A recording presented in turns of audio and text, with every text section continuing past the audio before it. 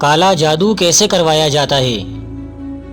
اکثر ذہنوں میں یہ سوال ابھرتا ہے کہ جادو کیسے کروایا جاتا ہے۔ آج وضاحت سے میں اس بات کو بیان کروں گا تاکہ علمی اور فکری دونوں لحاظ سے ایک انسان کو اس بارے میں معلومات حاصل ہو سکے۔ اگر وہ با ایمان شخص ہے تو ایسے غلط کاموں سے نہ صرف اپنے آپ کو روک لے بلکہ اس کی بیخ کنی میں الہی احکام کے مطابق حصہ بھی لے سکے۔ جادو علوی ہو یا سفلی، اس کے بہت سے طریقے رائج ہیں اور تقریباً سبھی طریقے حرام ہیں، اس لیے کہ جادو یا سحر بالعموم اللہ تعالیٰ کے بندوں کو نقصان پہنچانے کے لیے کیا جاتا ہے۔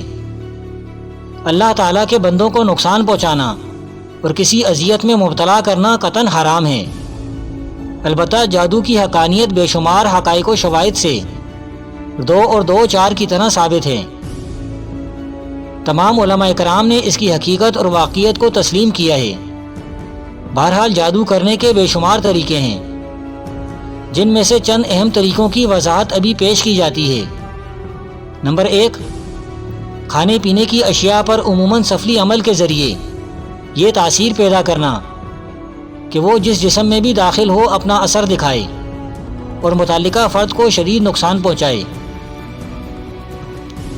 اس میں مسان اور دیگر کئی اقسام کی سحری علامات پیدا کر دی جاتی ہیں۔ یہ کھانے پینے کی اشیاء انسان کے رگ دریشہ میں پیوست ہو کر خون بن کر سرایت کرنے لگتی ہیں، جس سے انسان طرح طرح کی بیماریوں میں مبتلا ہو جاتا ہے۔ ایسے سفلی عمل کے توڑ میں بے پناہ مشکلات کا سامنا کرنا پڑتا ہے اور علاج کے لیے بے حد صبر و تحمل کے مراحل سے گزرنا پڑتا ہے، تب کہیں جا کے اس سفلی عمل سے نجات ہو پاتی ہے۔ ادھورا علاج فائدہ کم اور نقصان زیادہ پہنچاتا ہے۔ نمبر 2، ساحر یا جادوگر اپنا ناپاک ارادہ پورا کرنے کی خاطر مسحور کے بال یا ہاتھوں پیروں کے ناخن یا پھر استعمال شدہ کپڑے کسی طرح حاصل کر لیتا ہے۔ عموماً زیادہ تر سر کے بالوں سے کام لیا جاتا ہے۔ کپڑوں میں بغیر دھلے کپڑوں کو استعمال میں لایا جاتا ہے جن میں پسینے کی بدبو ہو۔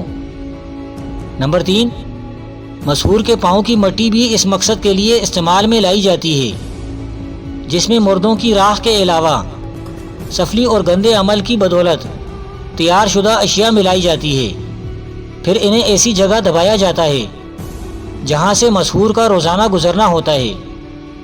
نتیجے میں مسحور کے جسم پر جادو اپنا اثر ڈالنا شروع کر دیتا ہے اور وہ مختلف بیماریوں میں مبتلا ہو جاتا ہے، جس کا علاج دواؤں اور جڑی بوٹیوں سے بھی ممکن نہیں ہوتا، کیونکہ کوئی بھی دوا کارگر اس لیے ثابت نہیں ہوتی کہ یہ بیماری حقیقی اسباب کے ساتھ وقوع پذیر نہیں ہوئی ہوتی، اس لیے مریض کی صحت دم بدم خراب تر ہوتی جاتی ہے۔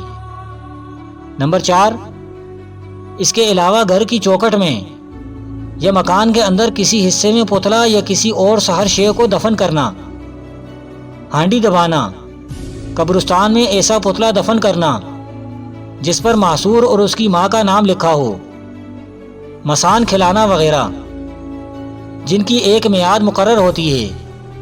مقرر میعاد سے قبل اصل مرض کی جانکاری بے حد مشکل مرحلہ ہوتا ہے، لیکن اللہ تعالیٰ کے کامل ولی کی نگاہ سے وہ شے پوشیدہ نہیں رہتی، اس لیے وہی اس کا علاج بروقت بآسانی کر سکتا ہے، وگرنہ میعاد پوری ہونے پر اس کا علاج بے حد مشکل ہو جاتا ہے۔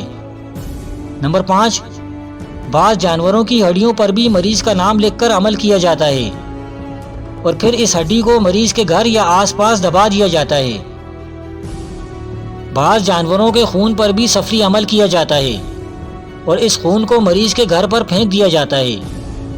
یہ خون جادو کے ذریعے سے بھی مریض کے گھر میں پھینکوایا جاتا ہے۔ نمبر 6، بڑے بڑے جانوروں کے گردوں، کلیجی پر بھی سفلی عمل کیا جاتا ہے۔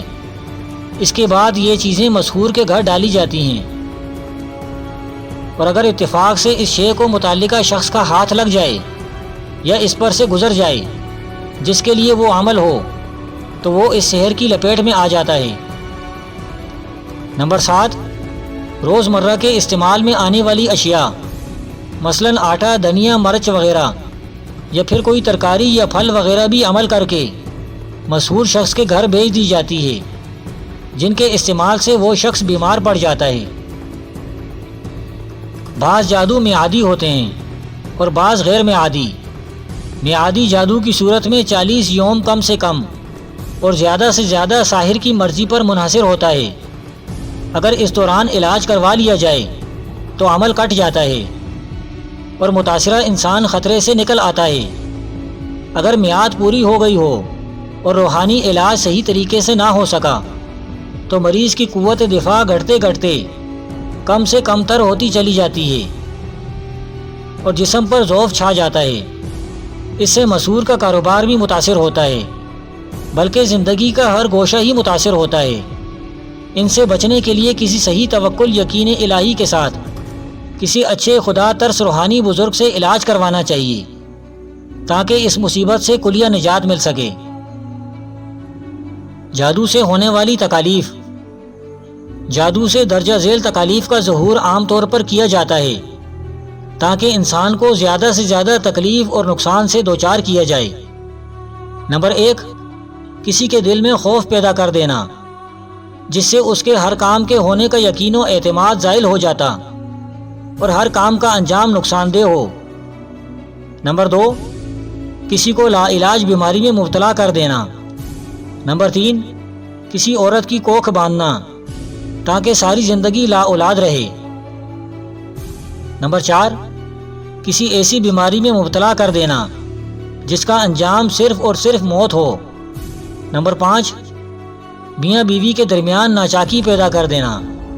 نمبر 6، جوان لڑکے لڑکیوں کے رشتوں کو باندھ دینا تاکہ ساری زندگی ان کا رشتہ نہ ہو سکے۔ نمبر 7، کسی کا رزق باندھنا تاکہ ساری عمر وہ ذلت و خواری کی زندگی گزارے۔ حضور پاک صلی اللہ علیہ وسلم پر جادو کیا گیا۔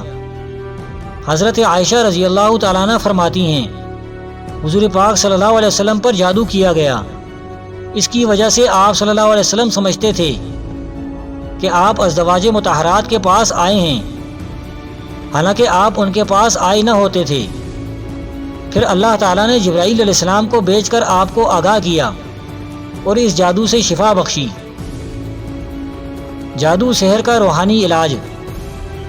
اس بات میں کوئی شک نہیں کہ قرآن مجید اور نبی کریم صلی اللہ علیہ وسلم کے بتائے ہوئے فرمان میں ہر مرض جادو اور سحر کا علاج ہے، اور یہ ایک ثابت شدہ حقیقت بھی ہے، لیکن دور حاضر میں اکثریت نے اس کو بالکل چھوڑ رکھا ہے اور اس کی جگہ نام نہاد عاملین جادوگر شعبدہ بازوں کے آگے اپنی جان و تلمیذ کر کے اپنا ایمان اور اعتقاد اللہ کی ذات سے ہٹا کر ان کے آگے گروی رکھ دیا جاتا ہے، سوائے ان کے جن کا یقین اللہ کی ذات پر کامل ہے۔ جادو سحر سے حفاظت کے لیے ہر وقت باوضو رہیں۔ ہر فرض نماز کے بعد آیت الکرسی پڑھنے کا معمول بنا لیں۔ کوئی سحر جادو آپ پر اثر نہ کرے گا۔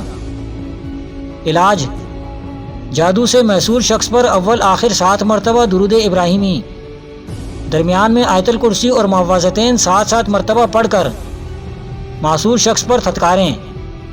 صبح شام یہ عمل کریں جب تک افاقہ نہ ہو، انشاءاللہ شفا حاصل ہوگی۔